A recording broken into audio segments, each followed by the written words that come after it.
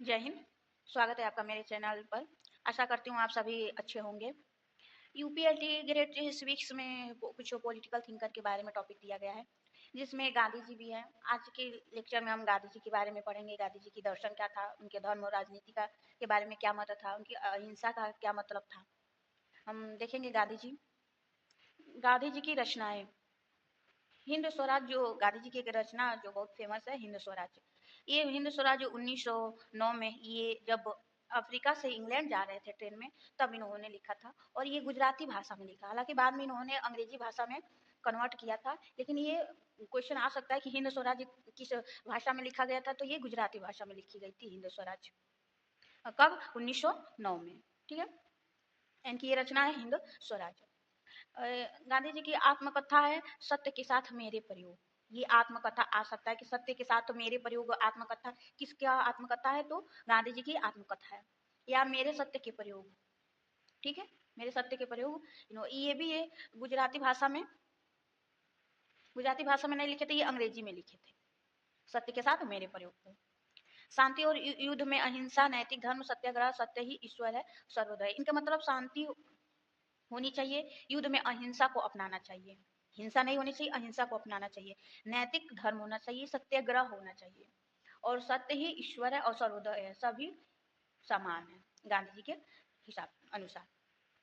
तो गांधी जी की कुछ पत्रिकाएं थी। इंडियन ओपिनियन 1903 में, ये एक साप्ताहिक पत्रिकाएं थी जो 1903 में आई थी। इंडियन ओपिनियन गांधी जी की, ये याद रखने योग्य बात है। ये गुजराती और अंग्रेजी में दक्षिण अफ्रीका में छपता था। कहाँ छपता था? पहली बात इंपॉर्टेंट है, तो आप जानते हैं कि 1915 में गांधी जी भारत आए। ये 1903 की पत्रिका है।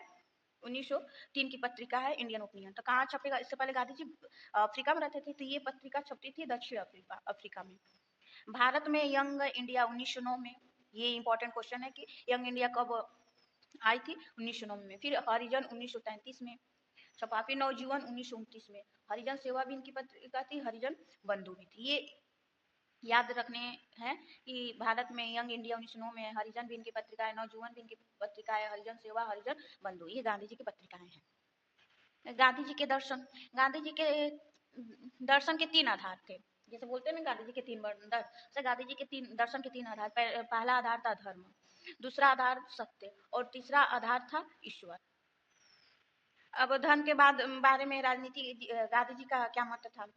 धर्म और राजनीति के बारे में गांधी जी के कथन क्या थे, हम देखेंगे। गांधी जी का ये कोट्स है, देखिए इन्वर्टेड कामा में है। ये कोट्स ही करीब यूपीएलटी के सिविक्स में कोट्स ही आएंगे।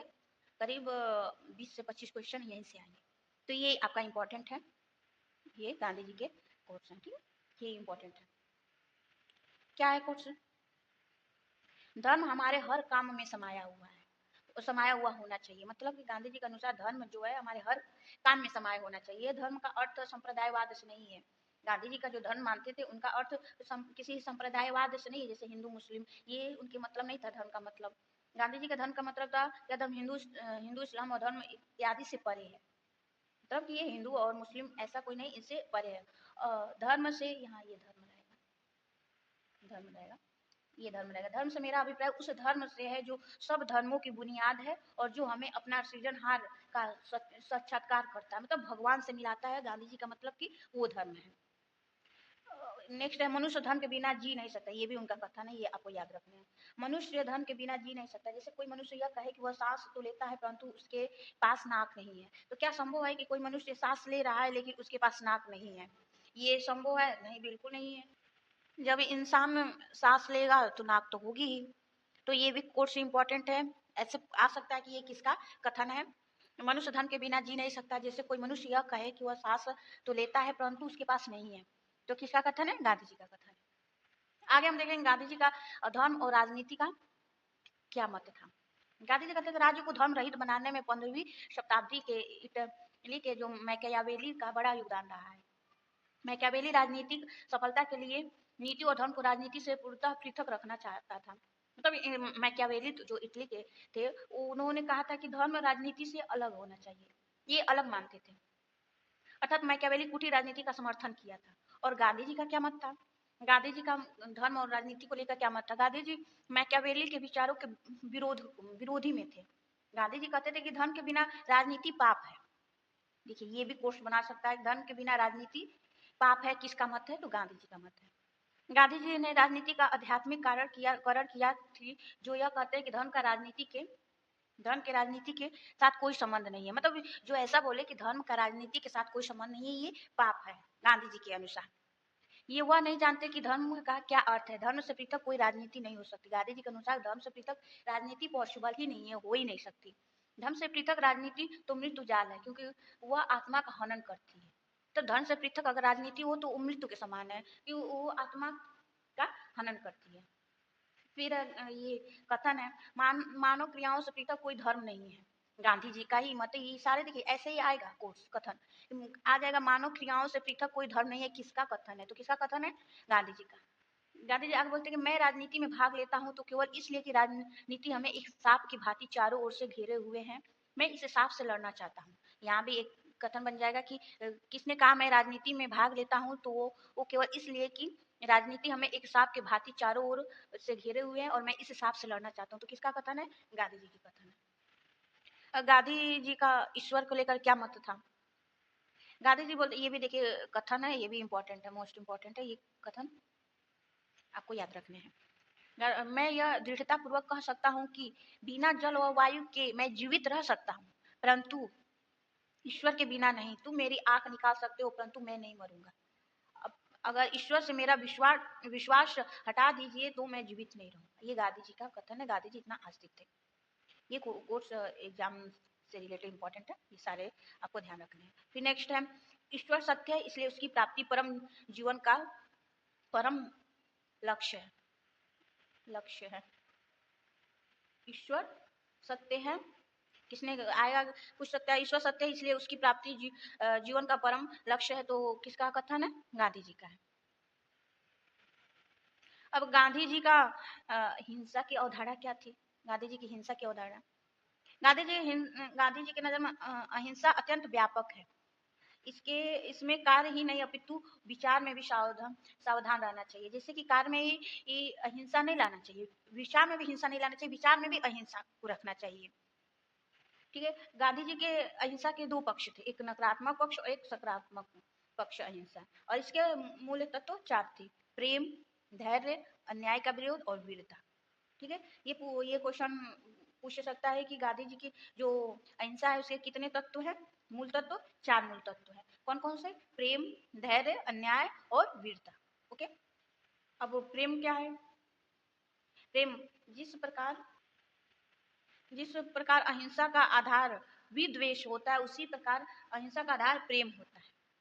जैसे कि ये अहिंसा, जैसे मान लीजिए कि आपके साथ कोई द्वेष रखता है और आप उसके साथ द्वेष की भावना नहीं रखते, तो अहिंसा है। अगर आप द्वेष रखते हैं तो वहां पे हिंसा हो जाएगी। उसी प्रकार क्या है कि अहिंसा का आधार प्रेम भी होता है। अगर आपसे कोई नफरत कर रहा है और आप उससे प्रेम कर रहे हैं तो वो भी आप अहिंसा है, न कि हिंसा है। ठीक है। और धैर्य, इनके धैर्य मूल तत्व के बारे में, धैर्य मूल तत्व क्या है? अहिंसा का दूसरा तत्व अनंत धैर्य है। मतलब कि आपके पास अनंत धैर्य होना चाहिए, ना कि थोड़े थोड़े बातों पे हिंसक होना चाहिए। अगर अनंत धैर्य है तो आप अहिंसा के पुजारी हैं।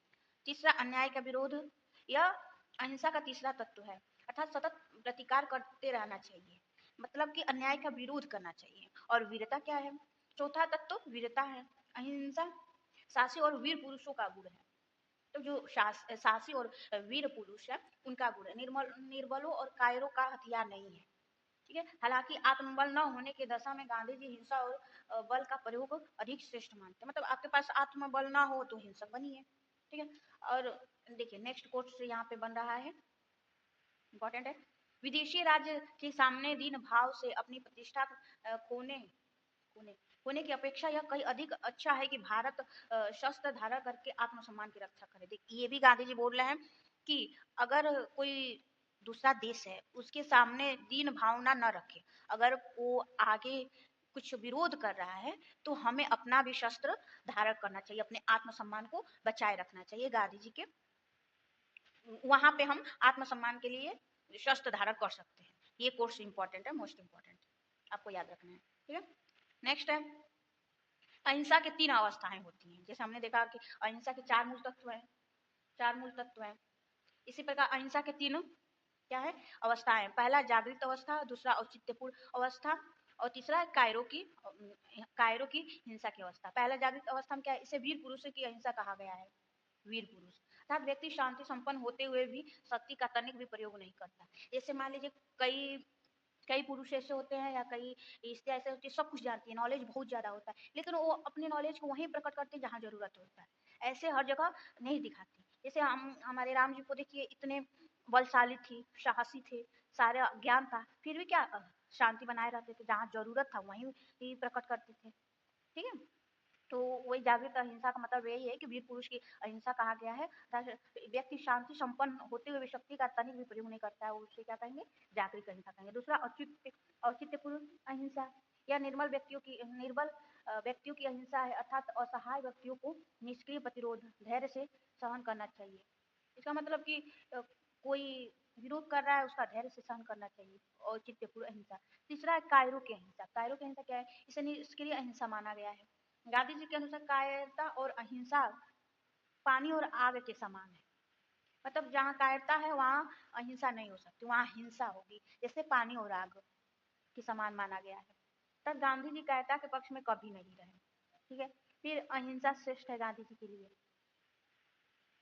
शस्त्र बल की अपेक्षा अधिक प्रभावशाली है। गांधी जी का मतलब कि आप शस्त्र बल तभी करें जब जब अहिंसा का शस्त्र, मतलब गांधी जी का मतलब कि शस्त्र बल से ज्यादा प्रभावशाली क्या है, अहिंसा है। तभी तो आप देखते थे हमेशा सत्याग्रह पे, अनशन पे बैठ जाते थे गांधी जी। इनके लिए शस्त्र बल से अच्छा है कि हम सत्याग्रह करें। दुर्बल व्यक्ति भी बलिष्ठ व्यक्ति को सतमार्ग पर ला सकता है अहिंसा के द्वारा, ऐसा संभव नहीं है। आज के दादा जी बोलते थे, एक आपने मूवी देखा है कि एक गाल पे थप्पड़, जब तक थप्पड़ मारो, कैसे है, एक गाल पे थप्पड़ मारे कोई तो दूसरा गाल आगे बढ़ा देना चाहिए। आज का समय तो ऐसा है कि वो सामने वाला जब तक थप्पड़ मारता रहेगा जब तक उसका हाथ नहीं दुखेगा, और हाथ दुख जाएगा तो फिर आराम करके खा पी के फिर से मारना शुरू करेगा, जब तक वो मारेगा जब तक इस सृष्टि में उसका अस्तित्व बना रहेगा। तो गांधी जी का तो ये कहना है कि अहिंसा से दुर्बल व्यक्ति भी बलिष्ठ व्यक्ति को सतमार्ग पर ला सकता है, गांधी जी का मत है। अब गांधी जी के द्वारा हिंसा क्या है, अभी तक हमने देखा अहिंसा, अब हिंसा क्या है गांधी जी के। हिंसा देखिए, अगर जीवन के भरण पोषण के लिए जितनी हिंसा अनिवार्य होती है वो क्षम्य है। मतलब कि अगर कोई आप ऐसी स्थिति में है कि कोई साधन नहीं है, फल फ्रूट आपका अन्न नहीं है, तो आप वहाँ जीव जंतु को वो खा के अपने को जीवित रखने के लिए जीव जंतु खा सकते हैं, वो क्षम्य है। यदि शरणागत की रक्षा के लिए कोई हिंसा भी की जाए तो अनिवार्य, जैसे कि हम हमारे सामने बिल्ली आ गई और उसके सामने कुत्ता है, तो हम लोग क्या करते हैं, कुत्ते को डंडे से मारते हैं, कुछ ईट पत्थर से मारते हैं भगाने के लिए। तो वो हिंसा गांधी जी की नजर में क्या है, मतलब वो क्षम्य है, वो आप कर सकते हैं, अनिवार्य है। जिस व्यक्ति या प्राणी की हिंसा की जाए दुखों से छुटकारा दिलाने के लिए अगर आवश्यक है तो ऐसे हिंसा अपराध नहीं है। मतलब अब गांधी जी का के इस कोर्स का मतलब है कि जैसे हॉस्पिटल में लोग कोमा में चले जाते हैं या बहुत बीमारी होती है, उनका शरीर दर्द कष्ट से झेलता है, तो इनके अनुसार गांधी जी के अनुसार उसको मृत्यु दे दो, वो अपराध के श्रेणी में नहीं आएगा। तो ऐसा होता तो आज हॉस्पिटल में कोई भी बीमार व्यक्ति बचता ही नहीं। 10-10 साल पे लोग कोमा से बाहर आते हैं, 20 साल पे लोग कोमा से बाहर आते हैं। तो गांधी जी का मतलब ये था कि अगर कोई प्राणी हिंसा कोई प्राणी अगर दुखों से छुटकारा दिलाने के लिए उसकी मृत्यु भी हिंसा नहीं मानी जाएगी, ठीक है। अब गांधी जी का सत्याग्रह, गांधी जी ने सर्वप्रथम राजनीतिक वैचारिक हथियारों का प्रयोग जो दक्षिण अफ्रीका में किया था वो सत्याग्रह था। मतलब सर्वप्रथम गांधी जी ने सत्याग्रह के रूप में राजनीतिक वैचारिक हथियारों का प्रयोग किया था, ठीक है।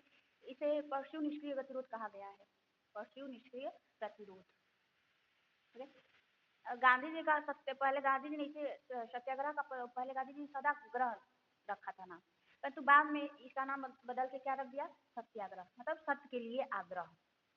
यह आत्मा की शक्ति है। सत्याग्रह को देखिए यहाँ पे, सत्याग्रह को आत्मा की शक्ति किसने बताया, गांधी जी ने। आत्मा की शक्ति से ही सत्याग्रह का संचालन होता है। सत्याग्रह का संपूर्ण दर्शन का सिद्धांत यह है कि सत्य की ही जीत होती है, तब सत्य का जीत होता है, ये सत्याग्रह का सिद्धांत। सत्य के द्वारा जीत करनी चाहिए, हिंसा नहीं लेनी चाहिए। सत्याग्रह का गुण कौन कौन सा है, सत्याग्रह इसकी चर्चा हिंद स्वराज पुस्तक में, सत्याग्रह के गुण के बारे में हिंद स्वराज पुस्तक में की गई है। अब देखिए सत्याग्रह का गुण पहला है सत्यनिष्ठा मतलब ईमानदारी, दूसरा इसका गुण है निर्भरता, तीसरा है ब्रह्मचर्य, चौथा है निर्धनता और पांचवा है अहिंसा। ये इंपॉर्टेंट है। सत्याग्रह का गुण कितने हैं गांधी जी के अनुसार? सत्याग्रह का गुण कितने हैं ऐसा क्वेश्चन बना देगा तो कितने? 5 है। कौन कौन? सत्यानिष्ठ, निर्भरता, ब्रह्मचर्य, निर्धनता और अहिंसा। और किसमें ये कहा गया है? हिंद स्वराज की जो पुस्तक थी उसमें कहा गया है। अब सत्यनिष्ठा का मतलब क्या हुआ यहाँ पे? देखिए सत्याग्रही कभी किसी छल झूठ चालाकी का आश्रय नहीं लेता, मतलब कि ईमानदार होना चाहिए। ऐसा नहीं कि सत्याग्रह पे बैठ जाए और उसको लालच मिले कि चलिए आपको 1 करोड़ दिया जाता है, आप अपने सत्याग्रह को वापस ले लें, तो नहीं, ऐसा नहीं होना चाहिए। सत्याग्रह को छल झूठ चालाकी ये सब चीजें नहीं होनी चाहिए। ठीक है। नेक्स्ट है निर्भरता। निर्भरता मतलब वह हर बातों स्थिति में निर्भय होकर सत्याग्रह करे। जैसे मान लीजिए कि आप सत्याग्रह पर बैठे हैं, कभी क्या होता है कि स्टार्टिंग में कुछ लोग साथ देते हैं, धीरे धीरे सभी लोग साथ देना छोड़ देते हैं, तो आपको निर्भय होना चाहिए। ठीक है। उसके बाद थर्ड है ब्रह्मचर्य। ब्रह्मचर्य का मतलब हुआ कि विषय वासना से बंधनों से मुक्त होना चाहिए। ऐसा नहीं कि आप सत्याग्रही हो और कल को कोई वासना आए, कोई लालच आए तो आप अपना सत्याग्रह छोड़ दें, इससे मुक्त होना चाहिए। और निर्धनता का यहाँ क्या मतलब हुआ? निर्धनता का अर्थ है किसी भी चीज का लोभ भी नहीं होना चाहिए, किसी भी चीज की लोभ नहीं होना चाहिए सत्याग्रही। ओके। नेक्स्ट, हिंद स्वराज में गांधी जी ने सत्याग्रही व्यक्ति की 11 गुणों का पालन करने को बोला था। और बिहार के स्कूलों में भी ये 11 गुणों को क्या किया जाता है? पढ़ाया जाता है और कार्यालयों में भी पालन किया जाता है। और कौन कौन से 11 गुण है? पहले यहाँ से भी क्वेश्चन बनता है कि सत्याग्रह गांधी जी के अनुसार सत्याग्रही के कितने गुण होने चाहिए? कितने गुण बताया गया? तो कितने गुण बताया गया? 11। और कौन कौन से? पहला है अहिंसा, दूसरा सत्य, तीसरा असत्य, फिर ब्रह्मचर्य, अपरिग्रह मतलब ज्यादा संचित नहीं करना चाहिए, शरीर श्रम मतलब वो श्रमिक होना चाहिए, आशीर्वाद। आप देखते हैं कि मोदी जी बुजुर्गों का पैर छूते हैं। निर्भरता, स्वधर्म सद्भाव, सभी धर्म में सद्भाव रखना चाहिए, स्वदेशी होनी चाहिए, अस्पृश्यता होनी चाहिए। ये सारी चीजें सत्याग्रही का क्या है? गुण है। 11 गुण बताए। ठीक है। सत्याग्रह शास्त्र का प्रयोग सावधानी और बुद्धिमत्ता के साथ करनी चाहिए। जब शांतिपूर्ण रीति से अन्याय का प्रतिकार करने के सभी साधन विफल हो जाए तब सत्याग्रह करना चाहिए। सत्याग्रह आरंभ करने से पूर्व अपनी न्यूनतम मांग निश्चित कर लेनी चाहिए। अब ऐसा नहीं कि सत्याग्रह पे बैठ जाए और आपकी मांग ही पता ना हो कि आप किस लिए सत्याग्रह बैठे हैं। जैसे घर में क्या होता है कि औरतें नाराज हो जाती हैं और उनके पति को मालूम नहीं होता किस बात पे नाराज है और औरतें नाराज हैं। तो देखा जाता है हमारे भारत में या पूरे वर्ल्ड में ज्यादातर सत्याग्रह औरतें ही करती हैं। नेक्स्ट है सत्याग्रह का उद्देश्य बताया गया है गांधी जी के। सत्याग्रह का उद्देश्य क्या होना चाहिए? विरोधी को हराना या नीचा दिखाना नहीं होना चाहिए, बिल्कुल भी। सत्याग्रह करने का मकसद ये नहीं होना चाहिए कि जो सामने वाला हमारा एंटी पार्टी है उसको नीचा दिखाए, ऐसा नहीं होना चाहिए, बल्कि उसका हृदय परिवर्तन हो जाए, जैसे कि गांधी जी ने अंग्रेजों को किया था। ठीक, नीचा ना दिखाकर उसका हृदय परिवर्तन होना चाहिए। उसके बाद उसको हृदय परिवर्तन करके अपने अनुकूल बना ले, ये सत्याग्रह का मकसद होना चाहिए।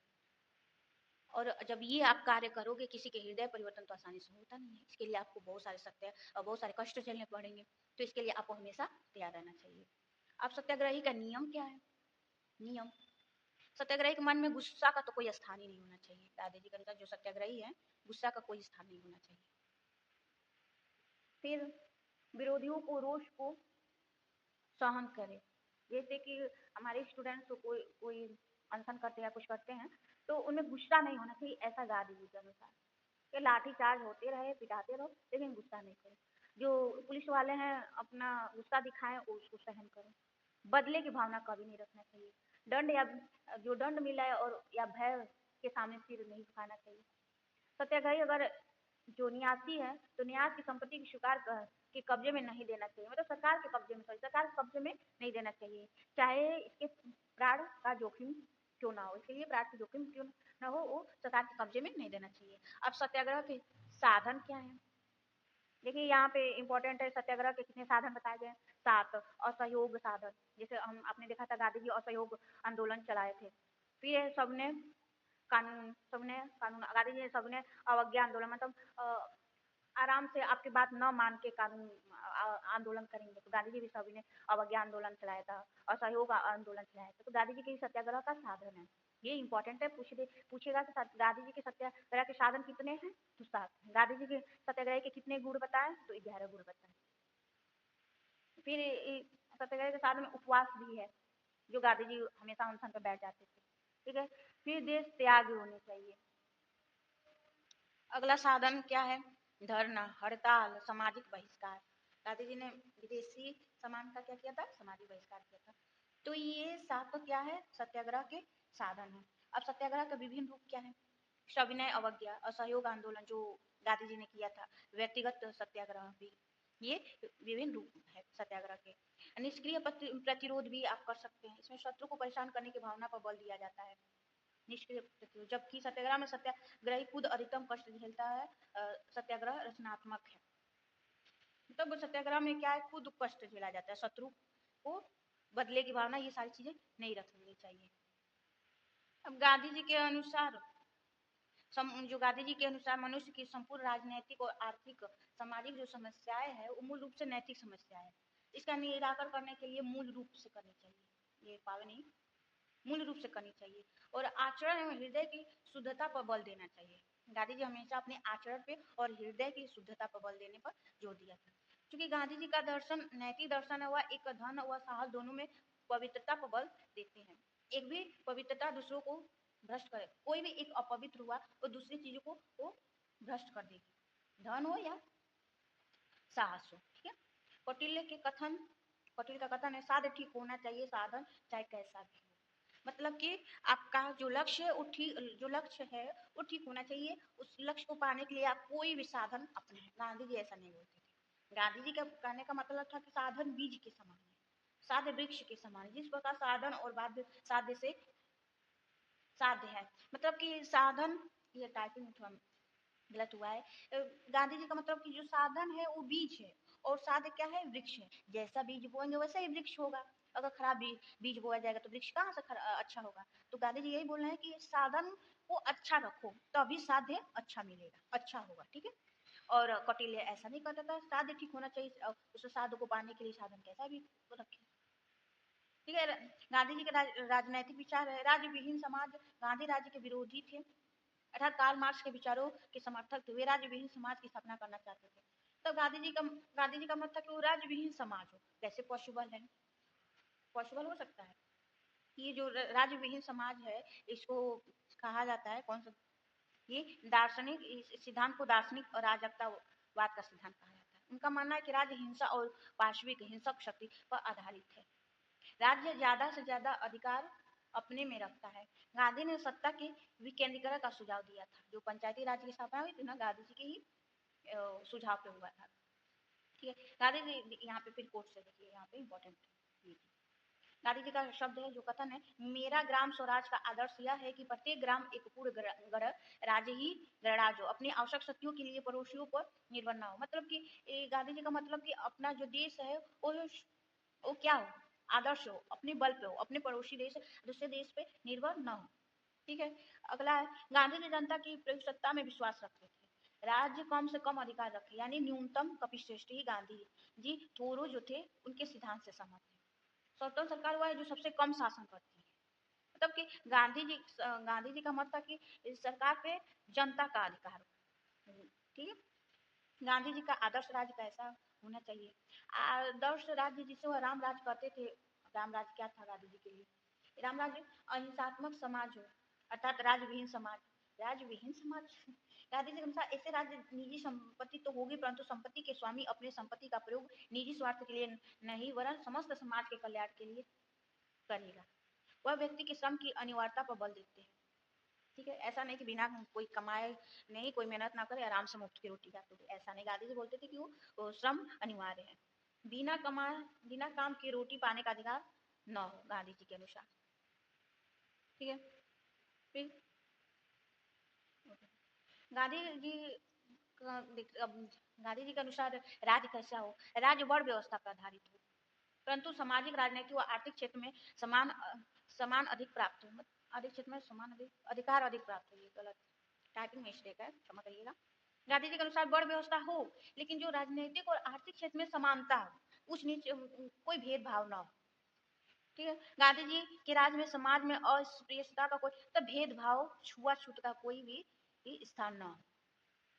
गांधी जी के राज्य का कोई विशेष धर्म नहीं होगा, राज्य की दृष्टि में सभी धर्म समान होंगे। जैसे कई कंट्री क्या है, अपने को इस्लामिक कंट्री घोषित किया है ना, भारत का कोई धार्मिक, भारत में कोई अपना धर्म नहीं है, वैसे गांधी जी के अनुसार कोई राज्य का कोई विशेष धर्म नहीं, और सभी धर्म को, सभी धर्म राज्य सभी धर्म को सम्मान लेकर चले, हिंदू मुस्लिम सिख ईसाई आपस में है भाई भाई, ऐसा गांधी जी का मत है। गौवध का निषेध किया था गांधी जी ने। पहले क्या था कि आर्थिक दृष्टि से गौ क्या थी, उपयोगी थी, इसलिए गौवध को निषेध है।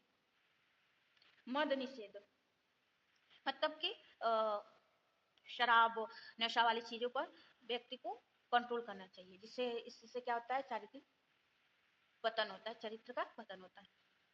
गांधी जी के राज्य में निःशुल्क प्राथमिक शिक्षा के प्रावधान थे। आज भी आप देखते हैं कि 6 से 14 वर्ष के निःशुल्क शिक्षा मिलता है, तो गांधी जी ने ही निःशुल्क शिक्षा का प्रावधान किया था।